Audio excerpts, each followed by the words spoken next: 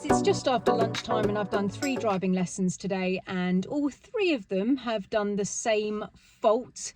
So I thought I'd make a video about it. This happens in instruction. It's really weird. If you're a driving instructor, you'll relate to this, but you'll see things come and everybody will just do it, and then that will go away, and then everybody else will do it, and then it's really weird. It sort of goes in a wave. So we're on the top of the wave with this one. I wonder whether my next student will do it as well. We'll have to see. But this is about the car being out of control, and the car is driving the student rather than the student driving the car. The car feels like it's out of control and pushing forward and going, basically. So I liken this to a dog walker. You know, when you look out of the window and you can see somebody walking their dog, and the dog is just clearly walking the human. Yeah. The human has no control. The dog is stronger and pulling the human. Now in these situations, whenever I see that, I always feel like the human needs to yank the lead back, you know, like if that was my dog, no chance. Like, no, like it wouldn't last long, I'm telling you.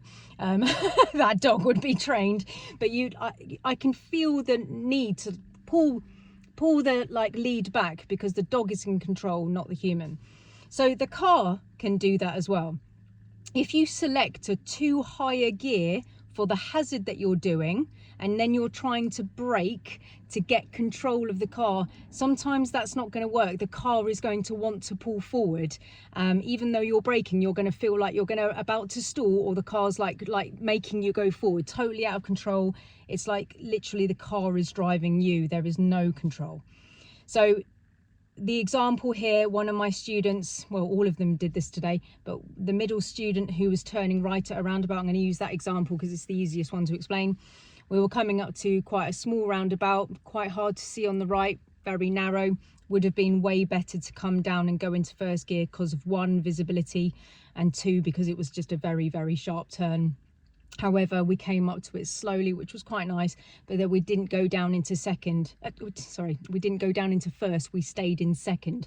So as we did it, we saw that it was safe, there was no one there, but that gear was a little bit too high, and then the student realised that they needed to go slower, because second gear is going to sort of retain a certain amount of speed, about 5 to 7 miles an hour. So if you brake at that point, the car's going to be like, no, I'm only capable of doing 5 to 7 miles an hour. I can't go slower than that. That's first gear's job. What are you doing?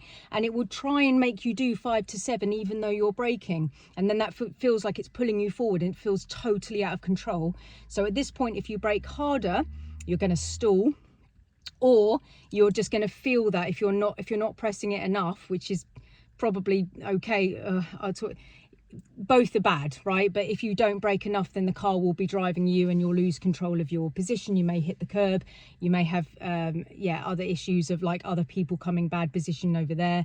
The car is in control of you. Okay, so in these situations, the best thing to do is just change down into first gear. Okay, at the point of you feeling that the car is driving you and you have lost control of your car, everything's bad about it anyway, so you may as well choose the safest option, which is to immediately put a coast in.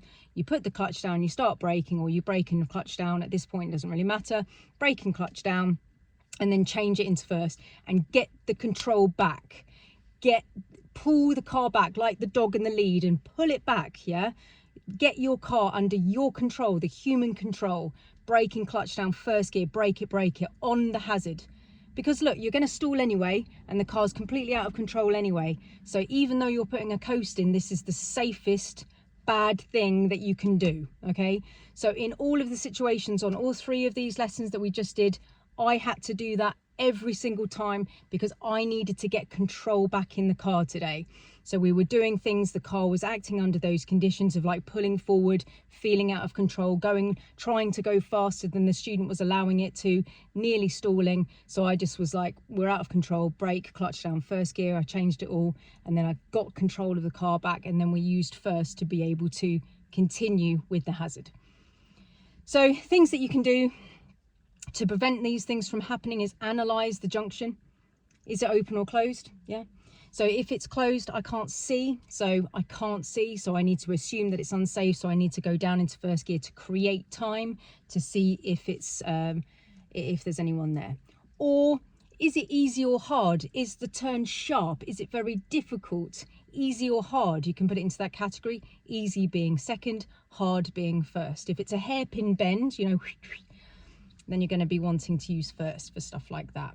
So if you use a too high a gear in these situations, that dog walking out of control thing is going to happen.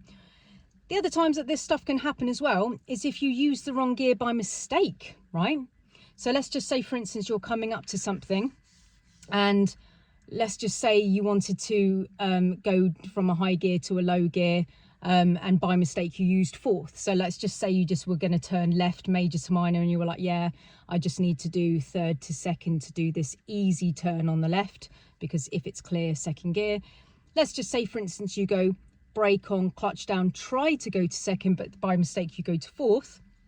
By the time you actually start taking that turn, you're going to have the out of control dog feeling. Yeah, the car's going to be going too fast. Then the student's going to use the braking, and then the car's going to be like, no, I want to go this fast. You've told me to be in this gear. And you're like, no, that's too fast. And then you're like, and the gear's like, no, that's another gear's responsibility, not mine. So I'm going to force you to go this fast. And then if you brake, then you'll stall, or you're going to have that out of control feeling. Could happen there as well. Again, the best thing for you to do is just go, I've lost control of the car. My gear is wrong. Yeah, I've lost control. I need to get control as the human being. Braking, clutch down, lower the gear. Lower the gear. Yes, you're coasting on a junction. I understand, but we are choosing the safest option for the conditions. Coasting is bad. Of course it is. Terrible, right? But it's better than stalling, and it's better than losing control of your position, hitting the curb, hitting other cars. It's the least bad thing.